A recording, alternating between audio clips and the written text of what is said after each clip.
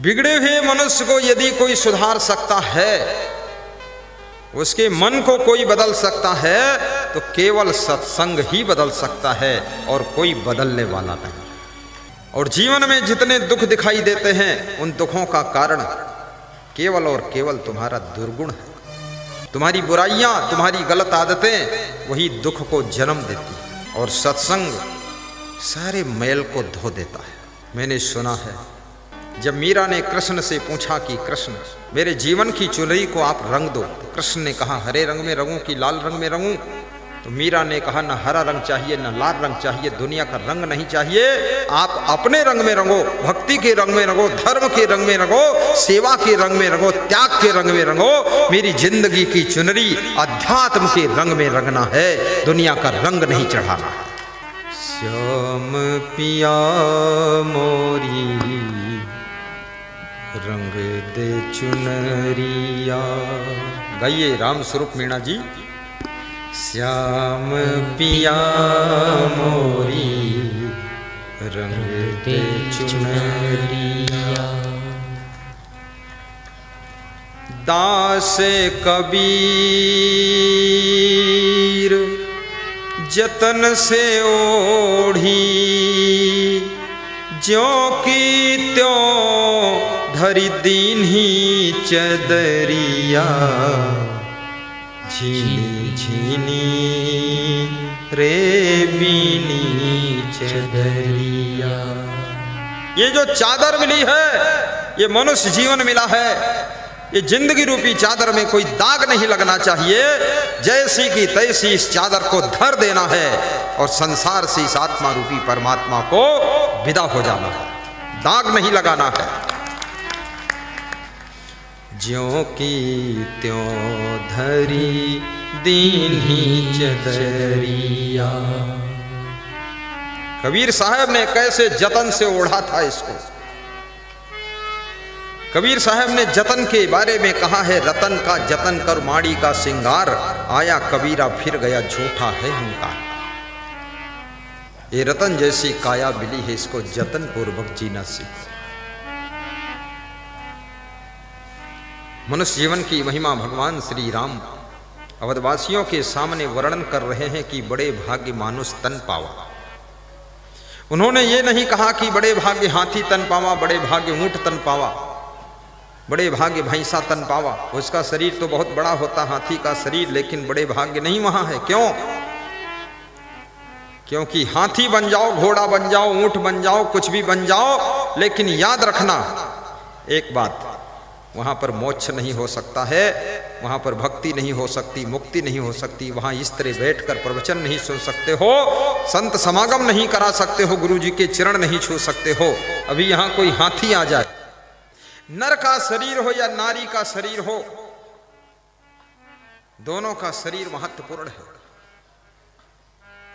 यदि जग में रहूं तो ऐसे रहूं जैसे जल में कमल का फूल रहे, मेरे सब गुण दोष समर्पित हों गुरुदेव आपके चरणों में। मुझ में तुझ में बस फर्क यही, मैं नर हूं आप नारायण हैं, मैं हूं संसार के बंधन में, संसार तुम्हारे चरणों में, संसार तुम्हारे चरणों में। हर नारी में नारायणी बनने की सामर्थ्य छिपी हुई है, हर नर में नारायण बनने की सामर्थ्य छुपी हुई है। नर के रूप में राम भी पैदा हुए थे, नर से नारायण बन गए। नर के रूप में कबीर पैदा हुए थे, नर से वह सदगुरुदेव बन गए। और नर के रूप में कौन? मीराबाई पैदा हुई थी, वो महान भक्तिवान महिला बन गई। याद रखना, नर से नारायण, नारी से नारायणी बनने की यात्रा शुरू होती है, लेकिन अगर चूक गए तो क्या होगा? नर दानव बन सकता है और नारी सुपर्णखा बन सकती है। चूक गए तो जिंदगी गुलशन भी है और जिंदगी मधुबन भी है, और चूक जाओगे अगर तो जिंदगी दुश्मन भी है, जिंदगी दुश्मन भी है। चूकना नहीं है। तो मैं आपको बता रहा था, एक कहानी सुना रहा था। कौन सी कहानी थी? किसी को याद हो तो सुना दूं, ना याद हो तो जाने दो उसको। एक कहानी, वो नानी वाली कहानी थी ना, वो नाती खिचड़ी खा रहा था, कितनी देर खाएगा, 1 घंटा हो गया, वो पेट भर जाएगा उसका, छुट्टी कराओ उस नाती को फटाफट। वही थी ना कहानी। तुम कैसे भूल जाते हो? तुम भोलऊ राम हो, ये भोली बाई है।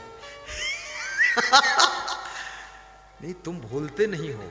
चक्कर क्या है, हम खुद ही इधर उधर सब आपको घुमाते रहते हैं।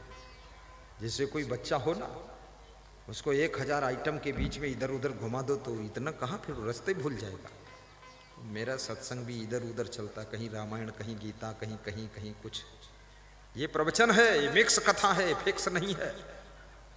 इसका नाम ही है सुखद सत्संग कथा। जो कथा को सुनते सुनते तुम्हारे जीवन की व्यथा दूर हो जाए और जीवन की कथा सुखद कथा हो जाए, उसी का नाम सुखद सत्संग कथा है।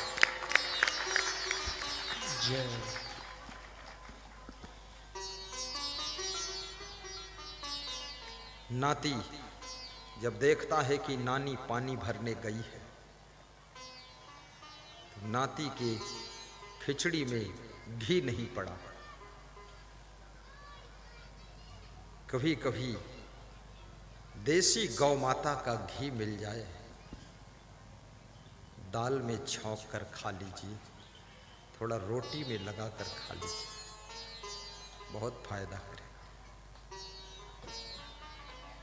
अगर देसी गौ माता का घी न मिले तो फिर भैंस का घी खा लीजिए, फिर भैंस जैसी नींद आएगी पड़ेगा। बहुत खतरनाक है। मेरे को एक भक्त गाय का घी दे गया आधा किलो, तो मैंने रोटी में लगाकर खाया, तो उस दिन दिमाग तेज काम किया। फिर 6 महीने बाद कोई भक्त भैंस का घी दे गया, उसको रोटी में लगा के खाया, तो उस दिन मंच पर ही नींद आने लगी व्यास का। तो मैं इसको प्रवचन के बाद फोन लगाकर पूछा, ये घी किस चीज का था? बोले भैंस का। तो हमने को बस समझ में आ गया, भैंस जैसी नींद आ गई। अरे ये पशुओं में भी अंतर होता है,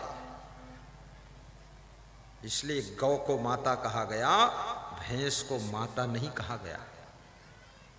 गाय का घी, गाय का दूध और मां का दूध, दोनों के दूध में ऐसे तत्व होते हैं जो आपके शरीर को सभी तत्व पूर्ण कर देते हैं। इसलिए गाय का दूध मिल जाए, 2-2, 4-4 गाय पालो भी। गौ माता का गोबर जहां छिटकता है वहां वायरस मर जाते हैं, ये कोरोना वायरस भी मर जाएगा। और गौ माता का जो छेना होता ना, कंडा, वो गोबर का, उसको जलाने से, सुलगाने से वायरस खत्म होता है। इसलिए आपने देखा होगा ज्यादातर कोरोना ने शहरों में तहलका मचाया था, देहातों में कम मचाया तहलका। इसलिए अपने घर में थोड़ा सा गौ माता का छेना, छेना बोलते यहाँ हैं, हैं? छेना। अरे वो छाना वहां मांगो तो वहां वो खाने वाला रसगुल्ला दे देगा उत्तर प्रदेश में। हाँ, ये बात कमाल है, अंतर है भाषा में। मैं आपको ले चलूंगा नेपाल बॉर्डर, सब चल देना पूरा उठ के यहां से, पुष्पक विमान भगवान से मंगाऊंगा, उसी बैठ जाना, उड़ जाओ यहां से, नेपाल बॉर्डर आश्रम पहुंचो। आश्रम भी बहुत बड़ा है, छोटा नहीं, बहुत बड़ा। 30,000 लोग वहां पर एडजस्ट हो जाएंगे। कितने? 30,000। मेरे गुरु ने बहुत बड़ा बनाया है, पूरा सब विशाल रूप ले लिया है। और आश्रम जीवन में बनाना भी चाहिए। मैं बोल रहा था ना, ये देखिए आश्रम का दर्शन स्क्रीन पे हो रहा, टीवी स्क्रीन में दिख रहा आश्रम। ऐसे सुंदर आश्रम, लेटेस्ट आश्रम, टाप का आश्रम, आपका आश्रम।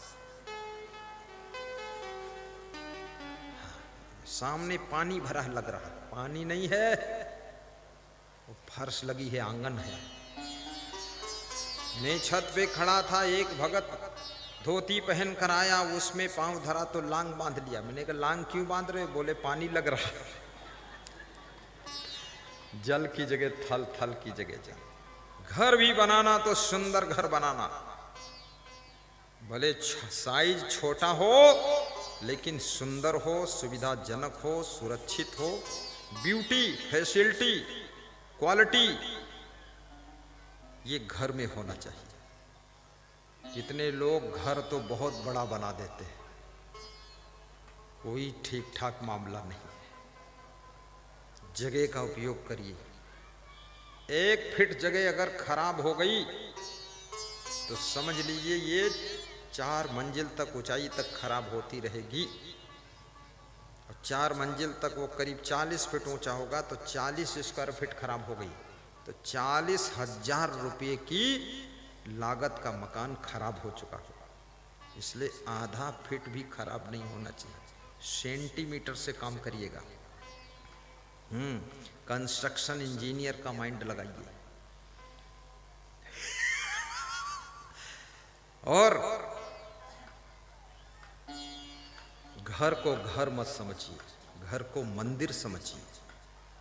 अपने घर के बूढ़े बड़ों को बुढ़वा डोकरा डोकरी मत समझिए, उनको घर का देवी देवता समझिए।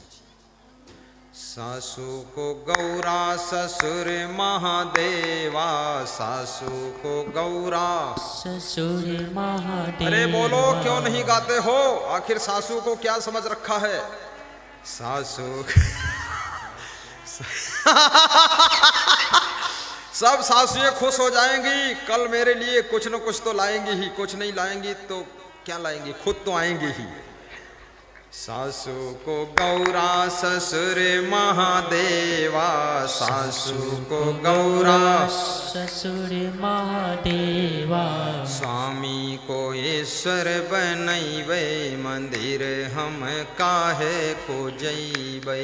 स्वामी को ईश्वर बनैबै, मंदिर हम काहे को जैबै। सासू को गौरा ससुर महादेवा, सासू को गौरा बहुत सुंदर है महादेवा। स्वामी को ईश्वर बनैबै, मंदिर हम काहे को जैबै। स्वामी को ईश्वर बनैबै, मंदिर हम काहे को जैबै। घर ही में तीर्थ बनैबै, मंदिर हम काहे को जैबै। घर ही में तीर्थ बनैबै, मंदिर हम काहे को जैबै। वो सासू गौरा है जो घर के गौरव को ऊंचा करती है। वो ससुर महादेव है जो घर के दुख संकट और आपत्ति के विष को पी जाता है। वो महादेव के समान होता है। याद रखना, जिन देवताओं ने अमृत पिया था वह सब देव कहे गए, और जिन्होंने जहर पिया था वह सब देवों के देव महादेव कहे गए थे, महादेव कहे गए थे। घर का सुख तो सब लेना चाहते हैं, घर की सुविधाएं सब लोग बांटना चाहते हैं, लेकिन घर में अगर कोई दुख है, असमंजस है, उसको जो पी जाए वही सब देवों का देव महादेव है। ऐसा ससुर महादेव कहलाता है जो सबके दुखों को पी लेता है। सासू को गौरा ससुर महादेवा, सासू को गौरा ससुर महादेवा। स्वामी को ईश्वर बनैबै, मंदिर हम काहे को जैबै। स्वामी को गाइए ईश्वर कमांडो साहब, बनैबै, मंदिर हम काहे को जैबै। घर ही में तीर्थ बनैबै, मंदिर हम काहे को जैबै। बोलिए सद्गुरु भगवान की जय। नानी पानी भरने गई कुएं पर, वहां देर कर देती है। इधर नाती बैठा है इस इंतजार में कि नानी आएगी तो खिचड़ी में घी डालेगी तब खाऊंगा। जब देर हो गई नानी नहीं आती है तो नाती ने सोचा नानी गई है पानी भरने, घी तो घर ही में होगा कहीं। तो उसने इधर उधर दृष्टि दौड़ाई तो देखा एक रस्सी में बंधा हुआ कुछ पात्र टंगा है। कुर्सी लगा करके उसको उतारा ऊंचे से, देखा उसमें थोड़ा घी था, आधा किलो घी। उसको गर्म करने के लिए चूल्हे पर रख दिया, थोड़ी आग थी चूल्हे में। तब तक नानी के आने की आवाज मिली, आहट मिली, दरवाजा खटखटाया तो नाती डर गया। उस पात्र को उठाकर फिर उसी रस्सी पर टांग दिया। उसको छीका कहते थे, शिकार बोलते हैं यूपी में। और फिर बैठ गया थाली के पास में। तो नानी ने देखा खिचड़ी बिल्कुल नहीं खाया, जितना दिया था उतना सब खिचड़ी थाली में रखी है। तो नानी ने पूछा क्यों बेटा खाया क्यों नहीं? मेरे नाती खा ले खा ले खा ले। तो उसने कहा नानी मैं तो बिना घी की खिचड़ी नहीं खाता, घी डालो तब खाऊंगा।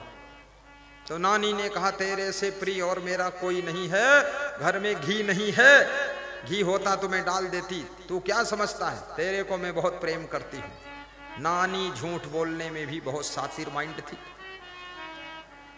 नाती बोला जब मेरे घर में घी खत्म हो जाता तो मेरी मम्मी घी का डब्बा लाकर औंधा कर देती है तो मेरे मन को संतोष हो जाता।